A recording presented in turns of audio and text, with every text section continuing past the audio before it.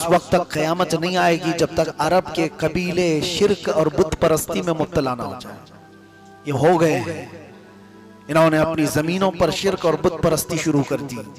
ये मेरे मुखबिर सादिक सल्लल्लाहु ताला अलैहि वसल्लम ने जो बयान फरमाया हुआ है, अरबों की तबाही बहुत करीब आई और उसके बाद ही इमाम महदी का ज़हूर है। किसी सुराख से निकल करके आने वाले नहीं, बल्कि मेरे आका ने फरमाया महदी जो पैदा होंगे वो मदीने में होंगे और उनके बाप का नाम भी हुजूर के बाप के नाम पर होगा। महदी का नाम मोहम्मद होगा, उनके बाप का नाम भी अब्दुल्ला होगा। हुजूर पाक सल्लल्लाहु अलैहि वसल्लम ने ये सारी निशानियां बताई। मैं क्यों जिक्र कर रहा हूं इमाम महदी का? इसलिए जिक्र कर रहा हूं कि उनके जाहिर होते ही पूरी दुनिया में ऐसी तब्दीली आएगी, ऐसी दोस्तों, आज हर तरफ क़यामत की निशानियों का जिक्र हो रहा है। बाकी क़यामत करीब है। मुफ्ती सलमान अजहरी साहब ने इस बारे में क्या कहा है, आज की वीडियो में हम इसी पर बात करेंगे। फरमाया गया कि शेर और बकरी एक साथ चल रहे होंगे। दुरूद पाक पढ़ो। अल्लाहुम्मा सल्लि अला सय्यिदिना मुहम्मद मअदनिल जूदि वल करम व आलिहि व अस्हाबिहिल किराम व इब्निहिल करीम व बारिक व सल्लिम सलातन दाइमतन सरमदन अबदा। बारगाह रिसालत मुहब्ब सल्लल्लाहु ताला अलैहि वसल्लम में जितने नौजवान आए हैं, आज इंशाअल्लाह उल अजीज हम हाजिरी देंगे इंशाअल्लाह। बारगाह मुस्तफ़ा सल्लल्लाहु ताला अलैहि वसल्लम में हम पैदल चल करके या सवारी पर उड़ करके नहीं जा पा रहे। अगरचे हमारे हालात और असबाब नहीं है कि हम मदीने पहुंचे, लेकिन ये महफिल में इंशाअल्लाह तसव्वुर में बारगाह मुस्तफ़ा में पहुंचेंगे इंशाअल्लाह। और मेरा रब फरमाता है वलो अन्नहुम इज़ ज़लमू अनफुसहुम जाऊका फस्तगफरुल्लाह वस्तगफर लहुमुर रसूल लवजदुल्लाह तव्वाबर रहीमा। मोमिनीन जब अपनी जानों पर जुल्म कर लें तो ए रसूल वो आपके दरबार में आए। मोमिनीन जब अपनी जानों पर जुल्म करें तो ए रसूल वो आपके दरबार में आए। अगर आप उनकी सिफारिश करेंगे तो अल्लाह ताला को वो तौबा कबूल करने वाला पाएंगे। तो बात इतनी समझ करके चलो कि आज हमें बारगाह मुस्तफ़ा में पहुंचना है। अगर हुजूर ने हमारी सिफारिश कर दी तो हमारी तौबा रब भी कबूल फरमाएगा। अजीज़ान गिराम वक़ार, हम सिर्फ अपनी जिंदगी के आखिरी दिनों में नहीं जी रहे हैं, बल्कि इस दुनिया के भी आखिरी दिनों में जी रहे हैं। क़यामत बहुत करीब है। अल्लाह के रसूल सल्लल्लाहु ताला अलैहि वसल्लम ने क्या फरमाया जानते हैं? अना वस्साअह, हुजूर फरमाते मैं और क़यामत ऐसे। दो उंगलियां बता करके मेरे आका ने फरमाया मैं और क़यामत ऐसे इतने करीब हैं। अल्लाह के रसूल सल्लल्लाहु ताला अलैहि वसल्लम फरमाते हैं क़यामत इतनी करीब है और क़यामत की जितनी छोटी निशानियां थी सब हो गई, तकरीबन हो गई। हुजूर ने जो जो बयान फरमाया था वो निशानियां सब आ गई। बड़ी चंद निशानियां बाकी रह गई, वो भी बिल्कुल मुंह पर है, बिल्कुल करीब है। जो हालात आज दुनिया के बता रहे हैं, इसमें बड़ी निशानियां बहुत जल्दी आने वाली। बड़ी निशानियों में क्या है? दज्जाल का जाहिर होना, याजूज माजूज का निकलना, इमाम महदी का ज़हूर, ईसा अलैहिस्सलाम का आसमानों से आना, और फिर वो वक्त भी आएगा कि अचानक पूरे दुनिया में शोर मचेगा कि सूरज पश्चिम से निकल आएगा। सूरज कहां से निकलता है? पूरब से, ईस्ट से। और सूरज एक दिन वेस्ट से निकलेगा, आधा दिन उल्टा निकलेगा। और वो दिन फरमाया गया तौबा के कबूल होने का आखिरी दिन है। सूरज के पश्चिम से निकलने के बाद किसी की तौबा कबूल नहीं होगी और किसी का ईमान भी कबूल नहीं होगा। अगर कोई उसके बाद ईमान लाया तो ईमान भी कबूल नहीं। दाब्बतुल अर्द का निकलना, एक जानवर होगा जो पूरी दुनिया में घूमेगा, मुसलमान की पेशानी पर वो एक मोहर लगाएगा सुलेमान अलैहिस्सलाम की अंगूठी से, और काफिर की पेशानी पर वो मूसा अलैहिस्सलाम के असा से एक लकीर खींच देगा। सब फर्क हो जाएंगे, अलग अलग हो जाएंगे, पता चल जाएगा। लेकिन उससे पहले के जो हालात हैं, हुजूर पाक सल्लल्लाहु ताला अलैहि वसल्लम ने जो फरमाया मैं देख रहा हूं क़यामत उस वक्त तक नहीं आएगी जब तक पूरी दुनिया में यहूदी और ईसाइयों की हुकूमत ना हो जाए। बिल वास्ता या बिला वास्ता, मक्का और मदीने को छोड़कर पूरी दुनिया पर ये काबिज हो जाएंगे। जो हालात बन रहे हैं, लोग अपने अपने मजे में जी रहे हैं, लेकिन हालात ये आएंगे। क्या पता हम जिस वक्त चल रहे हैं ये वो हालात हैं जब उनकी हुकूमत का हो, लेकिन एक वक्त वो भी आएगा मेरे आका सल्लल्लाहु अलैहि वसल्लम ने फरमाया फिर ये हुकूमतें खत्म होगी, इमाम मेहदी का ज़हूर होगा तो पूरी कायनात में एक घर भी नहीं होगा जहां से ला इलाहा इल्लल्लाह की आवाज ना आती। पूरी दुनिया में एक घर भी बाकी नहीं रहेगा जहां इस्लाम ना होगा। हर घर से ईमान वाला और इस्लाम वाला, और फिरके भी नहीं होंगे, सब एक दीन पर होंगे, एक दीन पर, हक दीन पर कायम होंगे। पूरी दुनिया की बात कर रहा हूं। लेकिन मेरे अजीजों, अब ये नसीब की बात है, हम उस दौर में नहीं हैं, हम उससे पहले वाली निशानियों के दौर में। क्या पता हमारी जिंदगी के वो अय्याम आएंगे जब इमाम मेहदी का ज़हूर होगा, वो दिन भी हम देखेंगे जब गलबा इस्लाम का होगा, ईमान का होगा, नहीं पता। लेकिन अगर उससे पहले ही दुनिया से जाने वाले हैं तो ये बहुत खतरनाक है। अगर हम जल्दी दुनिया से जाने वाले हैं फितनों के दौर में, अल्लाह अकबर, डर है। किस चीज का डर है? हुजूर ने फरमाया सुबह मोमिन उठेगा लेकिन शाम तक काफिर हो जाएगा। ये फितनों के दौर में हुजूर ने फरमाया।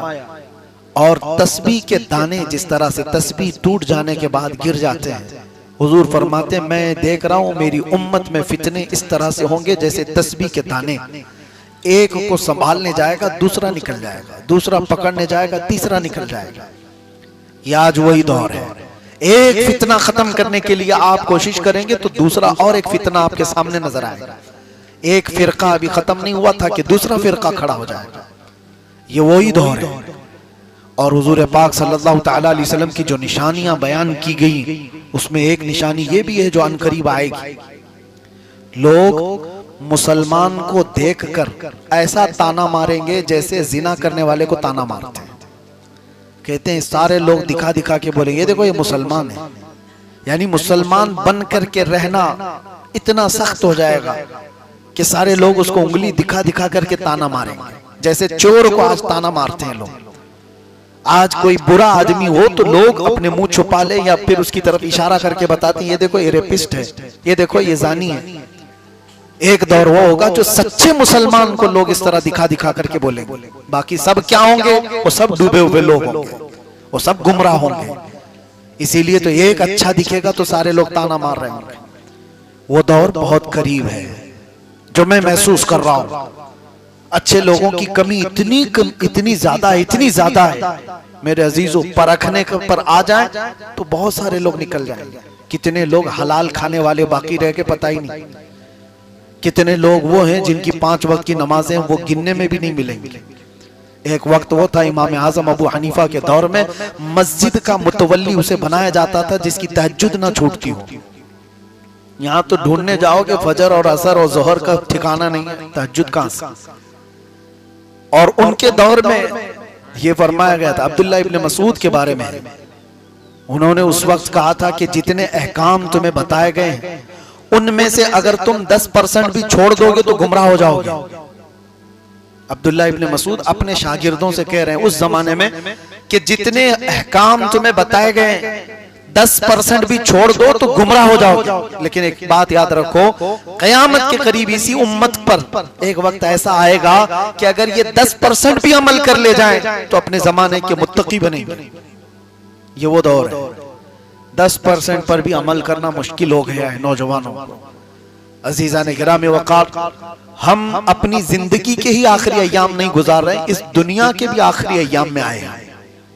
हम इस दुनिया के भी आखिरी अय्याम में हैं और ये बहुत दूर। मुफ्ती साहब के ये विचार हमें सोचने पर मजबूर कर देते हैं कि हम दुनिया की भागदौड़ में कहीं अपनी असलियत तो नहीं भूल रहे हैं। आप इस बारे में क्या सोचते हैं? अपनी राय कमेंट बॉक्स में जरूर लिखें। की बात नहीं है, रमजान गुजर रहा है। मैंने अभी पिछली शब में ही कहा था या दूसरी जगह मैंने अभी बयान में कहा, मैं पढ़ रहा था रमजान की ये जो ताकरात है ना, 21, 23, 25, 27, 29, ये 5 ताकरात, इन्हीं में से एक ताकरात होगी 23वीं या 25वीं। फरमाया गया इसी रात को इमाम मेहदी का ज़हूर हो जाएगा। मक्का मुकर्रमा में सारी दुनिया हिजरत करके, यानी बड़े बड़े अब्दाल, अख्ताब, औलिया मक्का में तवाफ कर रहे होंगे, हालात इतने सख्त हो चुके होंगे कि जंग व जिदाल का मैदान ऐसा कायम होगा कि कत्ल इतना ज्यादा होगा कि लोग कत्ल को हल्के में लेने लगेंगे। क्या वो दौर नहीं है आज? कत्ल को लोग हल्के में लेने लगे। पहले एक किसी की मौत की खबर होती तो सब जगह फैलती थी, अरे फलां इंतकाल कर गए, फलां मर गया। अभी कोई फर्क नहीं पड़ता। फिलिस्तीन में 70,000 लोग मारे गए। किसी के जीने पर कुछ फर्क पड़ा? किसी के ऐश पर कुछ फर्क पड़ा? मौत को हल्के में लेनी शुरू कर देगी उम्मत। हुजूर पाक सल्लल्लाहु तआला अलैहि वसल्लम ने फरमाया, एक दौर इन पर वो आएगा कि अगर किसी एक बाप के 100 बच्चे होंगे तो 99 मर जाएंगे, एक जिंदा रहेगा। कत्ल हो जाएंगे इतने, और किसी को कुछ फर्क नहीं पड़ रहा है। आज जो आप हालात देख रहे हैं, मैं इससे कबल भी कहा, आज फिर दोहराता हूं, ये जो मिडिल ईस्ट की जंग को आप देख रहे हैं, ये अचानक तेल और डीजल की जंग नहीं है। ये सब क़यामत के करीब वाक़े होने वाली चीजें। इसमें तबाही और बर्बादी, लोग अपने अपने कयास आराइयां कर रहे हैं, ईरान ये हो जाएगा, इजराइल वो हो जाएगा, जो कुछ भी होगा वो एक तरफ। लेकिन मैं कहता हूं अरबों की तबाही है, अरबों की तबाही का वक्त करीब आ चुका है, उनका अंजाम है अभी करीब। क्योंकि हदीस में मेरे आका ने फरमाया, वैलुल लिल अरब मिन शर्रिन कद इक़तरब, अरबों के लिए तबाही है अनकरीब एक ऐसी बुराई जो उनके पास आ रही है। पूछा गया कौन सी बुराई? कहा उस वक्त तक क़यामत नहीं आएगी जब तक अरब के कबीले शिर्क और बुत परस्ती में मुब्तला ना हो जाए। ये हो गए हैं, इन्होंने अपनी जमीनों पर शिर्क और बुत परस्ती शुरू कर दी। ये मेरे मुखबिर सादिक सल्लल्लाहु तआला अलैहि वसल्लम ने जो बयान फरमाया हुआ है, अरबों की तबाही बहुत करीब आई और उसके बाद ही इमाम मेहदी का ज़हूर है। ये जो आपको मैं हालात बता रहा हूं, पूरी दुनिया इतनी परेशान होगी कि लोगों की जानें बहुत कसरत से जा रही होंगी, तो लोग गिड़गिड़ा कर दुआ कर रहे होंगे कि मौला इमाम मेहदी को जाहिर कर दे, इमाम मेहदी को जाहिर कर दे। और रमजान का महीना होगा, लोग उम्रे पर होंगे और लोग वहां पर तवाफ में मशगूल होंगे। तो कई अब्दाल अक़ताब औलिया की दुआ पर रब ताला मकाम इब्राहिम और हजर अस्वद के बीच में इमाम मेहदी का जाहिर फरमाए। इमाम मेहदी कोई आसमान से आने वाले नहीं, वो जमीन के किसी सुराख से निकल करके आने वाले नहीं, बल्कि मेरे आका ने फरमाया मेहदी जो पैदा होंगे वो मदीने में होंगे और उनके बाप का नाम भी हुजूर के बाप के नाम पर होगा। मेहदी का नाम मोहम्मद होगा, उनके बाप का नाम भी अब्दुल्ला होगा। हुजूर पाक सल्लल्लाहु अलैहि वसल्लम ने ये सारी निशानियां बताई। मैं क्यों जिक्र कर रहा हूं इमाम मेहदी का? इसलिए जिक्र कर रहा हूं कि उनके जाहिर होते ही पूरी दुनिया में ऐसी तब्दीली आएगी, ऐसी तब्दीली आएगी। फरमाया गया कि शेर और बकरी एक साथ चल रहे होंगे, शेर बकरी पर हमला नहीं करेगा, अमन का वो माहौल आएगा कि कोई किसी पर जुल्म नहीं कर रहा होगा। इसीलिए मैं जिक्र कर रहा हूं, काश हमारी उम्रें ऐसी हों कि इमाम मेहदी के ज़हूर पर हम जिंदा रहें, वरना उससे पहले जाने वाले हैं तो हमारा कोई ठिकाना नहीं, कोई भरोसा नहीं किस हाल में दुनिया से जाने वाले हैं। हुजूर पाक सल्लल्लाहु तआला अलैहि वसल्लम फरमाते हैं, तुम कब्रिस्तान के पास से गुजरोगे, कब्रों वालों को देख करके तुम ये तमन्ना करोगे, काश इसकी जगह मैं सोया होता तो ज्यादा अच्छा होता, इसलिए कि वो फितनों से महफूज चला गया। आज के दौर में जो फितने हैं वो नहीं देख रहा है, वो देखा भी नहीं। और हम जो जिंदा हैं पता नहीं और कौन कौन से फितने देखने वाले। मेरे अजीजों, आज आपने जो उड़ती उड़ती खबरों में एप्स्टीन फाइल वगैरह के जिक्र सुने, पूरी दुनिया में इस पर जो बहसें हुई, क्या है ये चीज? ये पूरा दीदा व दानिस्ता शैतान की प्लानिंग है। वहां पर शैतान की इबादत का एक पूरा प्रमोशन है। मैं आज से कई 10 साल कबल ये कहता था कि मैंने जो पढ़ाई की थी दज्जालियात पर, पूरी दुनिया में एक ताकतवर कहलाने वाली कौम है जो बड़े बड़े सेलिब्रिटीज को जमा करती है और शैतान की इबादत पर उकसाती है, और पूरी दुनिया में वो एक निजाम लाना चाहते हैं, जितना जितना खुदा का निजाम है इसको तोड़ना है। ये एप्स्टीन फाइल वगैरह सब, अरे वो पैसे वाले लोग हैं जिनको किसी चीज की कमी नहीं, उनको 12 साल की बच्चियों से जिना करने की क्या जरूरत पेश आई? छोटी 9 साल की 10 साल की बच्चियों के साथ रेप करने की क्या उनकी ये हवस कैसे? मैं आपको बताता हूँ, आमतौर पर मर्द अगर ख्वाहिश भी करेगा तो अपनी उम्र या अपनी उम्र से थोड़ी छोटी औरत के साथ वो बदकारी कर लेगा, लेकिन ये तबीयत और फितरत के खिलाफ चीज कर रहा है आदमी, जो छोटी छोटी सी बच्चियों को उठाकर। वजह यह है कि शैतान के यहाँ निजाम ही ये है, शैतान के यहाँ निजाम ये, जो खुदा के यहाँ बहुत ज्यादा वईद वाली चीज है वो करके दिखाओ। जो अल्लाह को सबसे ज्यादा नापसंद है वो करके दिखाओ। मैं तुम्हें ताकत दूंगा जमीन पर, मैं तुम्हें शोहरत दूंगा जमीन पर, मैं तुम्हें माल दूंगा जमीन पर। इब्लीस लईन उब्बादुश शैतान नाम की एक तंजीम कायम है, आपको पता है, डेविल वर्शिपर्स। ये शैतान की पूजा करने वाले वो लोग, इसमें बड़े बड़े लोग मौजूद हैं। ऐसा नहीं है कि आप समझ रहे हैं कि ये कुफार और मुशरिकीन है। अरब के बादशाह भी इसमें मुलव्विस है। अरब के बादशाह, इनके जुब्बे कुब्बे, इनके रुमाल गुमाल ना देखो, ये वो लोग हैं जिन्होंने बाल की इबादत की है। ये वो लोग हैं जिन्होंने अपना ईमान सब कुछ वहां बेच दिया है सिर्फ और सिर्फ पावर हासिल करने के लिए। शैतान थोड़ी देर के लिए पावर दे भी देगा, क्योंकि अल्लाह ताला ने उसको ताकत दी है और अल्लाह ने फरमाया कयामत तक तुझे मोहलत दिया, तू जितना कर सकता है अपनी ताकत के हिसाब से कर। शैतान ने यह कहा भी था अल्लाह से कि मैं तेरी पूरे बंदों को जहन्नम में झोंक दूंगा, मैं उनके सीधे रास्ते पर बैठूंगा, इधर से, सामने से, दाएं से, बाएं से, जिधर से भी वो गुजरेंगे मैं तुझसे उन्हें दूर करूंगा। कुरान में शैतान कहता है लअक़उदन्न लहुम सिरातकल मुस्तक़ीम थुम्मा लआतियन्नहुम मिन बैनि अयदीहिम व मिन खल्फिहिम व अन अयमानिहिम व अन शमाइलिहिम। उनके दाएं से, उनके बाएं से, उनके आगे से, उनके पीछे से मैं आकर उन्हें तेरे रास्ते पर चलने वाले को हटा दूंगा। और रब ताला ने उससे एक बात फरमाई थी, जा तुझे मोहलत दी गई इला यौमिल वक्तिल मालूम, क़यामत तक। लेकिन एक बात है, इन्ना इबादी लैसा लक अलैहिम सुल्तान। क़यामत की निशानियों और ऐसे ही गंभीर विषयों पर गहराई से जानकारी पाने के लिए हमारे चैनल को सब्सक्राइब जरूर करें। हम यहाँ हर दिन कुछ नया सीखने की कोशिश करते हैं। मेरे कुछ बंदे होंगे जिन पर तेरा दाव नहीं चलेगा। वो कौन लोग हैं? वो कौन लोग हैं जिनको शैतान चाह करके भी उस रास्ते से नहीं हटा सकता? वही आज मैं कहना चाहता हूँ। अल्लाह तबारक व तआला ने कुरान में उनका जिक्र फरमाया। कुछ लोग वो होंगे जिन पर तेरा दाव नहीं चलेगा। वो इस जमीन पर वो बंदे हैं जो खालिस मेरी रजा के लिए जिया करते हैं। उनका हर सजदा, यहाँ आज मैं ये बात कहने आया हूं, नमाज किस लिए पढ़ रहे हो? जन्नत मिलेगी कि नहीं मिलेगी? अल्लाह के नबी सल्लल्लाहु तआला अलैहि वसल्लम ने फरमाया ईमान की हालत में दुनिया से जाओगे तो जन्नत मिलेगी कि नहीं मिलेगी? तो जन्नत की ख्वाहिश है कि नहीं? जन्नत की ख्वाहिश है। इबादत हमने जन्नत हासिल करने के लिए की है। लेकिन एक जमात ऐसी है, क़यामत के दिन मग़फ़िरत हो गई और क़यामत के दिन उनको लाया गया।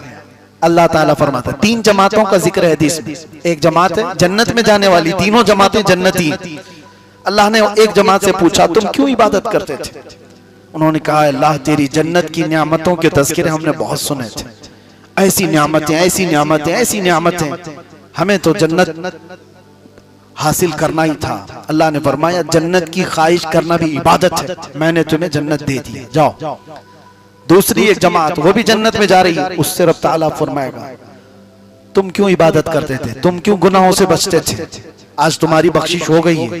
वो कहेंगे मौला तेरी दोज़ख से बहुत डर लगता था, भयानक अज़ाबात का हमने जिक्र सुना था, हम अपने आप को दोज़ख में झोंकने के लिए तैयार नहीं थे, इसलिए रातों को खड़े होकर तेरी इबादत करते थे।